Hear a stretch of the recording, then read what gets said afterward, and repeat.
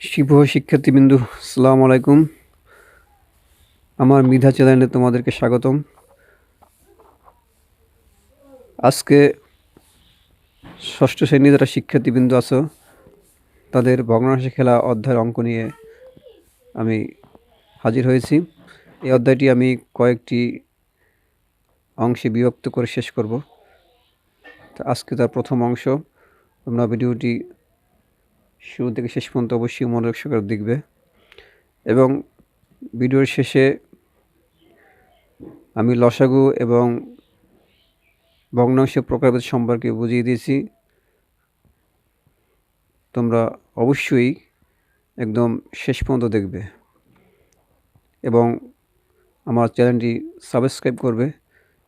কমেন্টের মাধ্যমে তোমাদের গুরুত্বপূর্ণ মতামতকে জানিয়ে দেবে। তোমরা কোন ধরনের অঙ্ক চাও, কোনটি বুঝতে পেরেছো, কোন জায়গায় সমস্যা হয়েছে, এগুলো অবশ্যই আমাকে কমেন্টের মাধ্যমে জানাবে এবং আমি চেষ্টা করব সেই অনুযায়ী তোমাদের অঙ্ক করিয়ে দেওয়ার, বুঝিয়ে দেওয়ার। এবং অবশ্যই বেশি বেশি লাইক করবে, যাতে করে ভিডিওটি ছড়িয়ে পড়ে এবং অনেকেই ভিডিওটি দেখতে পারে।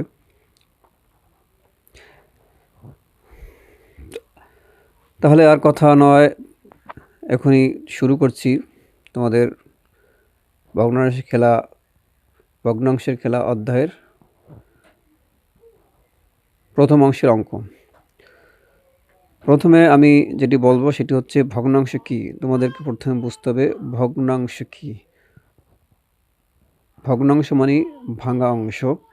ধরো তোমরা তিনজন বন্ধু মিলে কোথায় ঘুরতে গিয়েছো, তখন একটি হোটেলে ঢুকে তোমরা তিনজনে মিলে একটি মোগলাই কিনেছো। তখন মোগলাইটি তোমাদেরকে খেতে হলে অবশ্যই ভাগ করে খেতে হবে। তোমরা তো ভাগ করা ছাড়া খেতে পারবে না। তখন মোগলাইটিকে তিনজনের সমানভাবে খাওয়ার জন্য এমনভাবে ভাগ করতে হবে যাতে তিনজনই সমানভাবে পেয়ে যাও। তাহলে এটিকে তোমরা সমান 3 ভাগে ভাগ করে প্রত্যেকে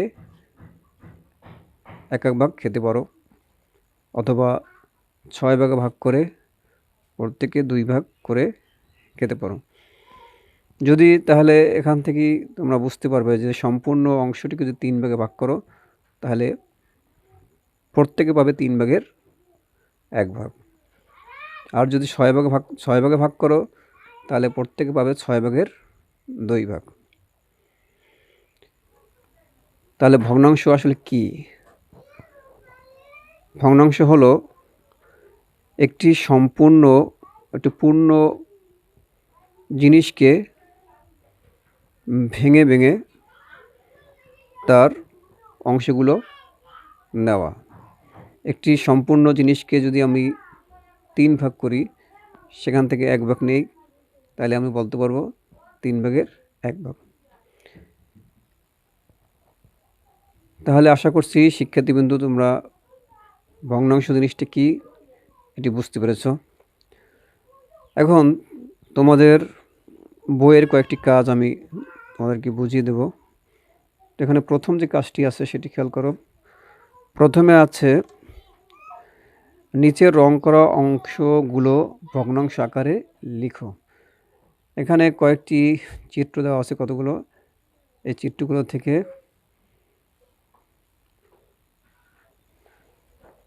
কোনটা কত ভাগ করে রং করা হয়েছে সেগুলো তোমার ভগ্নাংশ আকারে লিখতে হবে। প্রথমে যে ক নম্বর চিত্রটি আছে সেখানে দেখো, এখানে 6টি ভাগ আছে। 6টি ভাগের 4 ভাগকে কিন্তু রং করা হয়েছে, তাইলে আমরা এখানে লিখব 6 ভাগের 4 ভাগ। তারপরে দ্বিতীয় যে অঙ্কটি আছে সেখানে আসলে মূলত আমরা 12 ভাগের 9 ভাগ রং করেছি। 12টি ভাগ করে তার মধ্যে থেকে 9টি অংশ আমরা রং করেছি। সুতরাং আমরা খ নম্বরের পরিবর্তে লিখতে পারি 12 ভাগের 9 ভাগ। তা গ নম্বরে আবার আমরা এখানে 25টি ভাগ করেছি, সেখান থেকে 9টি ঘর আমরা রং করেছি।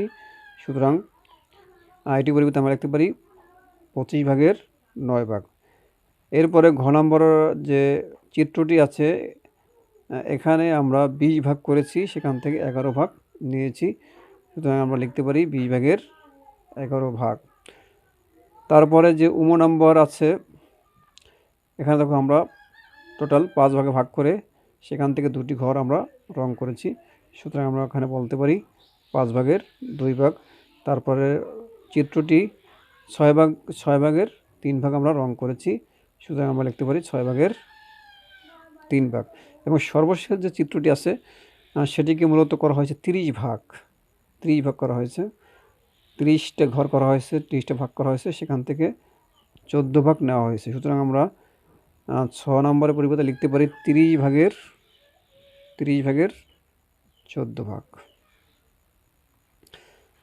আশা করছি এই অঙ্কগুলো তোমরা বুঝতে পেরেছ। এখন আমি আরেকটি কাজকে বুঝিয়ে দেব, তোমরা সেটিও মনোযোগ সহকারে দেখবে এবং শেষে অবশ্যই লসাগু সম্পর্কে আলোচনা করা হয়েছে এবং ভগ্নাংশের প্রকারভেদ সম্পর্কে আলোচনা করা হয়েছে। অবশ্যই ভিডিওটি কন্টিনিউয়াস করবে, শেষ পর্যন্ত দেখবে। শিক্ষার্থীবৃন্দ খেয়াল করো, 2 নম্বর যে কাজটি আছে সেখানে কী লেখা আছে, নিচের জোড়া ভগ্নাংশের মধ্যে কোনটি বড় এবং কোনটি ছোট খুঁজে বের করো। এখানে কয়েকটি জোড়া ভগ্নাংশ দেওয়া আছে। প্রথমে দেওয়া আছে 10/3 আর 5/2। এরপর দেওয়া আছে 9/5, 7/4। আরেকটি দেওয়া আছে 9/4, 3/2 এবং 15/7, 12/9। এখান থেকে আমি প্রথম জোড়া এবং দ্বিতীয় জোড়াটি আমি করে দেখিয়েছি, সুন্দরভাবে বুঝিয়ে দিয়েছি, এবং তৃতীয় এবং চতুর্থ জোড়াগুলো তোমরা বাসায় বের করবে। আমি যেভাবে বুঝিয়ে দিয়েছি ওইভাবে বুঝে তারপর তোমরা বাসায় বসে ওগুলো প্র্যাকটিস করবে। তাহলে প্রথমে যে ভগ্নাংশ জোড়াটি আছে সেটি হচ্ছে 10/3 এবং 5/2। এই দুটির ভিতরে কোনটি বড় কোনটি ছোট এটা আমাদের বের করতে হবে। এখন এখানে কথা হলো, এখানে কিন্তু আসলে স্বাভাবিকভাবে আপাতত দৃষ্টিতে এটা বোঝা মুশকিল যে আসলে 10/3 বড় না 5/2 বড়, এটি আসলে স্বাভাবিকভাবে বোঝা একটু কষ্টকর। তো এই জন্য প্রথমে আমাদের কী করতে হবে, কোনটি বড় কোনটি ছোট এটি বোঝার জন্য প্রথমে আমাদের ভগ্নাংশের হরের লসাগু বের করতে হবে। ভগ্নাংশের হরের লসাগু তোমরা আশা করছি সবাই জানো যে একটি ভগ্নাংশের হর থাকে নিচে এবং লব থাকে উপরে। যেমন প্রথম ভগ্নাংশের হর হলো 10 এবং দ্বিতীয় ভগ্নাংশের হর হলো 5 এবং প্রথম ভগ্নাংশের লব 3 এবং দ্বিতীয় ভগ্নাংশের লব হলো 2। আমরা হরের লসাগু বের করব। আর লসাগু কীভাবে বের করতে হয় সেটি অবশ্যই আমি তোমাদেরকে ভিডিওর শেষে দেখিয়ে দিয়েছি। এখানে 10 এবং 5 প্রদত্ত ভগ্নাংশের হর 10 এবং 5-এর লসাগু হলো 10। তারপরে এই যে লসাগু আমরা পেয়েছি 10, এই 10কে প্রথম ভগ্নাংশের হর দিয়ে ভাগ করব, অর্থাৎ 10 দিয়ে ভাগ করব। তা 10কে 10 দিয়ে ভাগ করলে আমরা পাবো 1। এখন আমরা ভগ্নাংশটি নিব 10/3। তারপরে লবকেও 1 দিয়ে গুণ করব এবং হরকেও 1 দিয়ে গুণ করব। অর্থাৎ লসাগুকে প্রথম ভগ্নাংশের হর দিয়ে ভাগ করার পর যে ফল পেয়েছি সেই ফলটি দিয়ে প্রথম ভগ্নাংশের লবকেও গুণ করব এবং হরকেও গুণ করব, তাইলে আমরা পাবো কত, 10/3। এরপরে আবার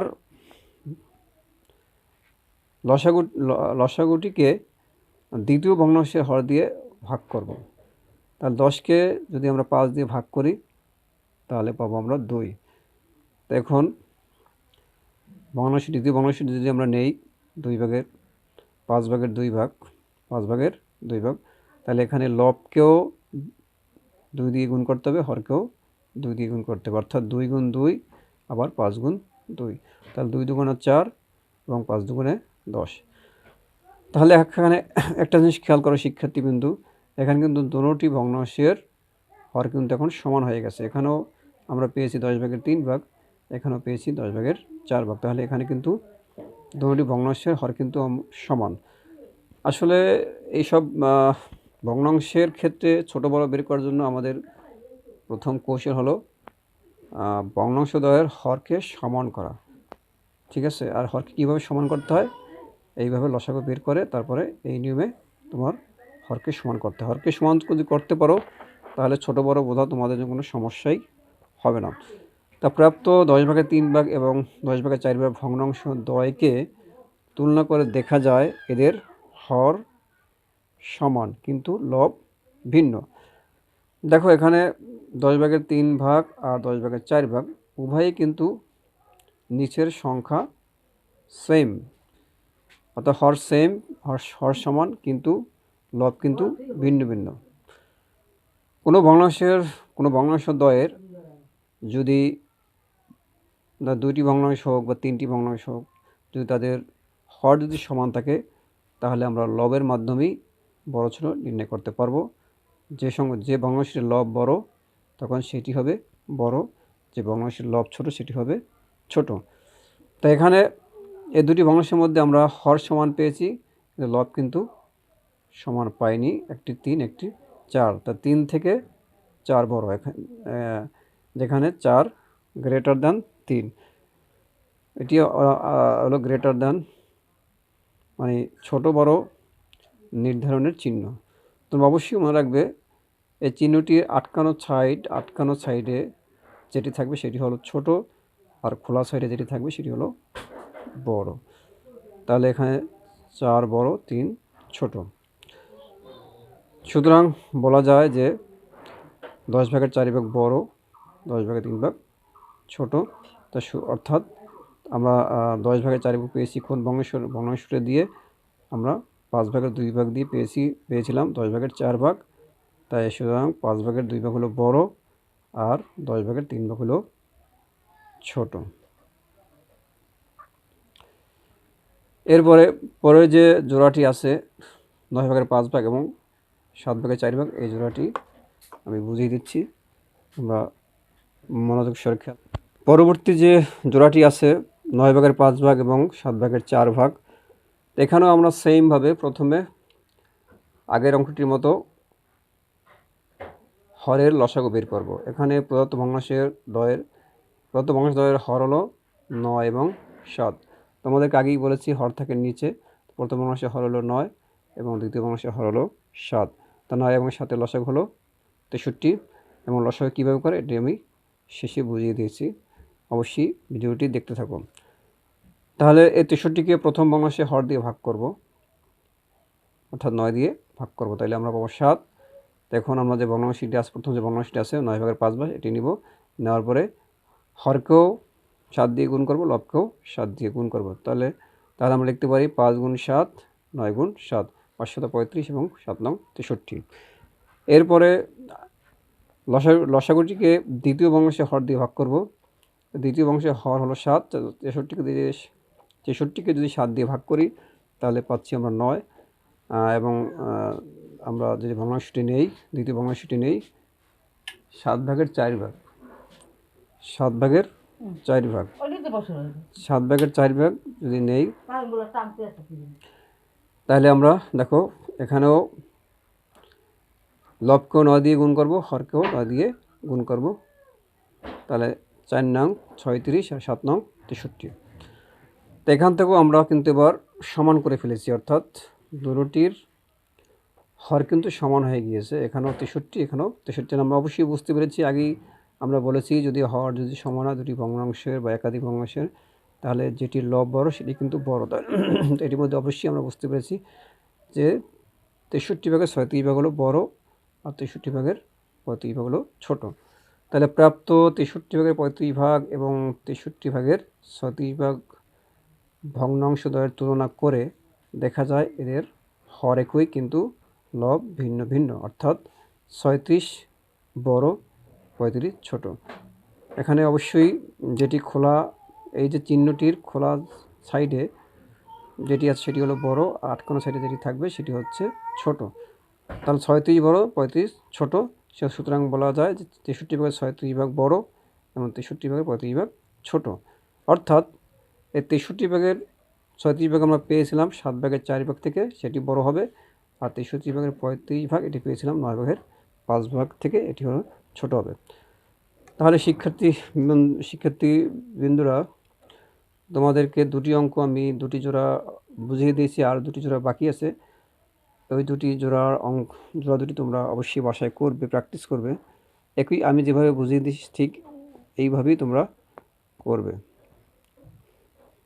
তাহলে এজন্য আসলে দুটি অঙ্ক আমি তোমাকে আর বুঝিয়ে দেবো না, যেহেতু সেম অঙ্ক। তোমরা অবশ্যই বাসাগুলো প্র্যাকটিস করবে। আশা করছি তোমরা এগুলো এখন পারবে। এরপরে আমরা লসাগু কীভাবে করে এবং বিভিন্ন ভগ্নাংশ এই সম্পর্কে আলোচনা করব। অবশ্যই তোমরা মনোযোগ সহকারে ভিডিওটি দেখবে। এই 3টি অঙ্ক যে আছে এবং এদের লসাগু কীভাবে বের করে এটি তোমাদেরকে বুঝিয়ে দেব। তো প্রথম যে অঙ্কটি আছে 6, 12 এবং 24, এই 3টি সংখ্যার লসাগু কীভাবে বের করব। প্রথমে আমরা সংখ্যাগুলো নেব 6, 12 এবং 24, কমা দিয়ে সংখ্যাগুলো নেওয়ার পরে তারপরে এরকম একটি টান দিব। এরপরে আমাদের খেয়াল রাখতে হবে যে এক ছাড়া অন্য যে সংখ্যাগুলো আছে 2, 3, 4 এগুলোর মধ্যে থেকে কোন সংখ্যাটি দিয়ে কমপক্ষে দুটির ভিতরে যায়।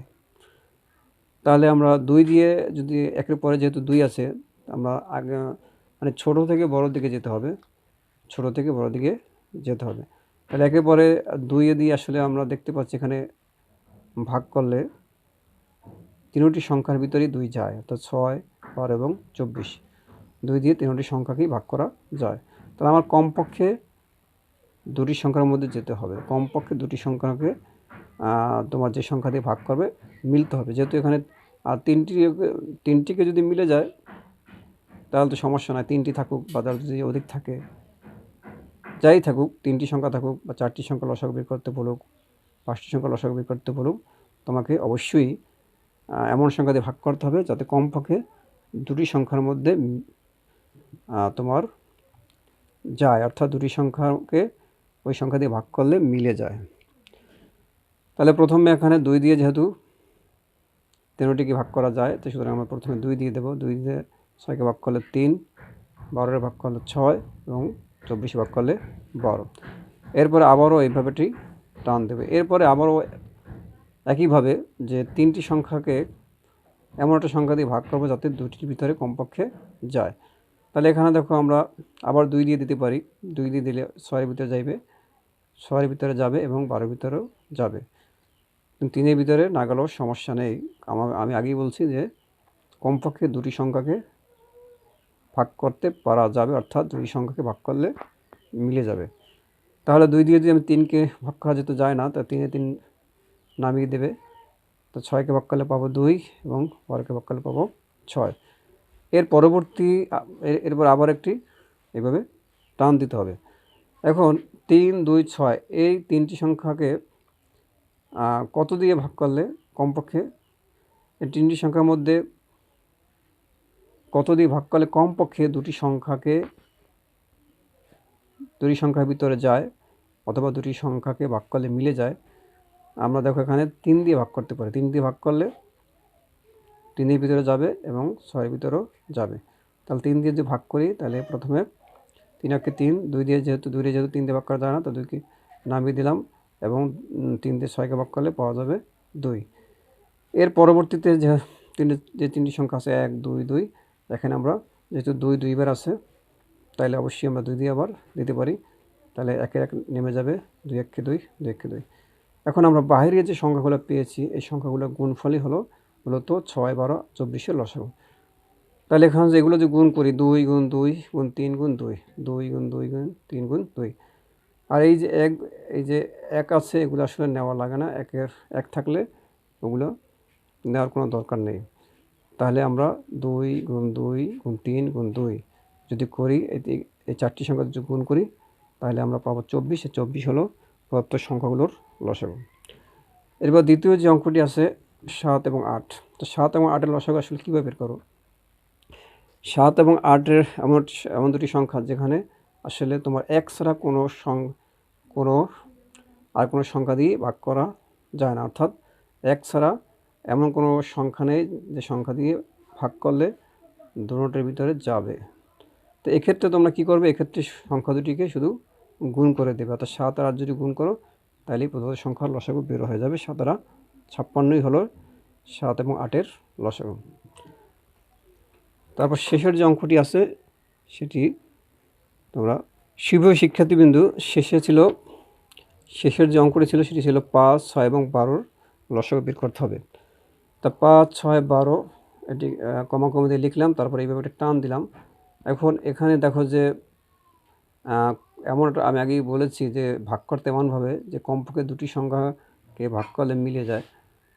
তাহলে আমরা যদি এই 6 এবং 12 এই দুটি সংখ্যাকে 2 দিয়ে ভাগ করলে মিলে যায়, তিনটি সংখ্যার মধ্যে দুটি সংখ্যাকে 2 দিয়ে ভাগ করলে মিলে যায়, সুতরাং আমরা 2 দিয়ে নিতে পারি। তা 2 দিয়ে যদি 5কে ভাগ করা যায় না, সুতরাং 5-এর 5 নেমে যাবে, 6কে ভাগ করলে 3 পাবো এবং 12কে ভাগ করলে 6 পাবো। এর পরবর্তীতে আবার দেখো 5কে এই যে 3 এবং 6কে আবার 3 দিয়ে ভাগ করলে মিলে যায়, 5কে যদিও যায় না কিন্তু দুটি সংখ্যাকে আমরা 3 দিয়ে ভাগ করলে মিলে যায়, সুতরাং 3 আমরা নিতে পারি। 3 দিয়ে 5কে ভাগ করলে 5-এর 5 নেমে যাবে, যেহেতু মিলে যায় 3 দিয়ে 5কে ভাগ করা যায় না। এবার 3 দিয়ে 3কে ভাগ করলে 1 এবং 3 দিয়ে 6কে ভাগ করলে 2। এখন এরপরে দেখো খেয়াল করো, এরপরে আসলে এর পরবর্তী 5, 1, 2 3টি এমন সংখ্যা যেখানে আসলে 1 ছাড়া আর কোনো সংখ্যা দিয়ে ভাগ করা যায় না, অর্থাৎ 1 ছাড়া এমন কোনো সংখ্যা নেই যে সংখ্যা দিয়ে ভাগ করলে দুটি সংখ্যাকে মিলে যায়। সুতরাং আমাদের এইগুলি এখন বাইরে যে সংখ্যাগুলো পেয়েছি এগুলো যদি আমরা গুণ করে দিই তাহলেই 5, 6, 12 লসাগু আমরা পেয়ে যাব। তাহলে 2 গুণ 3 গুণ 5 গুণ 2, তো এই সংখ্যাগুলো গুণ করলে গুণফল হবে 60, অর্থাৎ 3 দুগুণে 6, 5 7 30, 30 দুগুণে 60। তো সুতরাং শিক্ষার্থীবৃন্দু 5, 6, 12 এই তিনটি সংখ্যার লসাগু হচ্ছে 60। তো আশা করছি লসাগু সম্পর্কে তোমাদের সমস্যা থাকবে না ইনশাল্লাহ। যেভাবে বুঝিয়ে দিয়েছি তোমরা যদি মনোযোগ সহকারে জিনিসটি বোঝার চেষ্টা করো, আশা করছি তোমাদের সমস্যা থাকবে না। এরপরে যেটি আছে সেটি হচ্ছে প্রকৃত ভগ্নাংশ। প্রকৃত ভগ্নাংশ কি? যার হর বড় লব ছোট। দেখো এখানে 5 ভাগের 3 ভাগ, এটি হচ্ছে প্রকৃত ভগ্নাংশ, অর্থাৎ যার হর বড় কিন্তু লব কি ছোট। অপ্রকৃত ভগ্নাংশ হচ্ছে যার হর ছোট কিন্তু লব বড়। এই জায়গায় হর হচ্ছে 4, লব হচ্ছে 5, এটি হচ্ছে অপ্রকৃত ভগ্নাংশ। আরেকটি ভগ্নাংশ মিশ্র ভগ্নাংশ, যে ভগ্নাংশটি কীভাবে লেখা হয় দেখো, প্রথমে একটি পূর্ণ সংখ্যা থাকবে, তার সাথে থাকবে একটি ভগ্নাংশ, অর্থাৎ এটাকে আমরা বলতে পারি 1/4 একটি পূর্ণ সংখ্যা থাকবে, তার সাথে একটি ভগ্নাংশ থাকলে সেটি হচ্ছে মিশ্র ভগ্নাংশ। আর মিশ্র ভগ্নাংশকে অপ্রকৃত ভগ্নাংশে প্রকাশ, আমরা মিশ্র ভগ্নাংশকে কীভাবে অপ্রকৃত ভগ্নাংশে প্রকাশ করব সেটি তোমরা একটু খেয়াল করো। এই যে একটি মিশ্র ভগ্নাংশ আছে, এই মিশ্র ভগ্নাংশটিকে আমরা অপ্রকৃত ভগ্নাংশে প্রকাশ করে দেখাবো। এটা নিয়ম হচ্ছে সামনে যে সংখ্যাটি থাকবে সেটির সাথে তোমার হরকে গুণ করতে হবে, অর্থাৎ পূর্ণ সংখ্যাটি দিয়ে তোমার যে পূর্ণ সংখ্যার সাথে যে ভগ্নাংশটি আছে সেই ভগ্নাংশটির হরের সাথে পূর্ণ সংখ্যাটি গুণ করতে হবে এবং লবকে যোগ করতে হবে, তাহলে আমরা অপ্রকৃত ভগ্নাংশ পেয়ে যাব। তাহলে এখানে আমরা কি করেছি দেখো, এই পূর্ণ সংখ্যার সাথে তার সাথে যে ভগ্নাংশটি আছে তার হরকে গুণ করেছি আর লবটিকে যোগ করেছি, তাহলে 4 × 4 + 1 = 5। এখন শিক্ষার্থীবৃন্দু তোমার ভগ্নাংশটি কীভাবে লিখবে? এই 5কে আমরা যে 5 পেয়েছি এটি লিখবে লব আকারে, আর নিচে যে তোমার পূর্ণ সংখ্যার সাথে যে ভগ্নাংশটি ছিল তার যে হর ছিল সেটি থাকবে নিচে, আর এই যে আমরা গুণ করে যোগ করে আমরা যে সংখ্যাটি পেয়েছি সেটি হবে লব আর হর হবে ওই 4, অর্থাৎ তোমার পূর্ণ সংখ্যার সাথে যে ভগ্নাংশটি ছিল তার হর তার হরটি থাকবে তোমার অপ্রকৃত ভগ্নাংশের হর, আর লব হবে এই যে তোমার গুণ করে এবং যোগ করে যেটি পেয়েছি সেটি হবে লব। তাহলে আশা করছি শিক্ষার্থীবৃন্দু তোমরা একটি মিশ্র ভগ্নাংশে কীভাবে অপ্রকৃত ভগ্নাংশে নিয়ে আসতে হয় সেটি বুঝতে পেরেছ। প্রিয় শিক্ষার্থীবৃন্দু, আমি চেষ্টা করছি তোমাদেরকে অঙ্কগুলো সুন্দরভাবে বুঝিয়ে দেওয়ার। তারপরেও যদি তোমাদের কোনো সমস্যা থেকে থাকে অবশ্যই তোমরা কমেন্টের মাধ্যমে আমাকে জানিয়ে দেবে। আমি চেষ্টা করব তোমাদের কমেন্টের ভিত্তিতে আরও নতুন নতুন ভিডিও করার, যাতে তোমরা উপকৃত হতে পারো। তাহলে আজকে এ পর্যন্তই। এই অধ্যায়ের পরবর্তী অংশ দেখার জন্য সবাইকে আমন্ত্রণ জানাচ্ছি। আল্লাহ হাফেজ।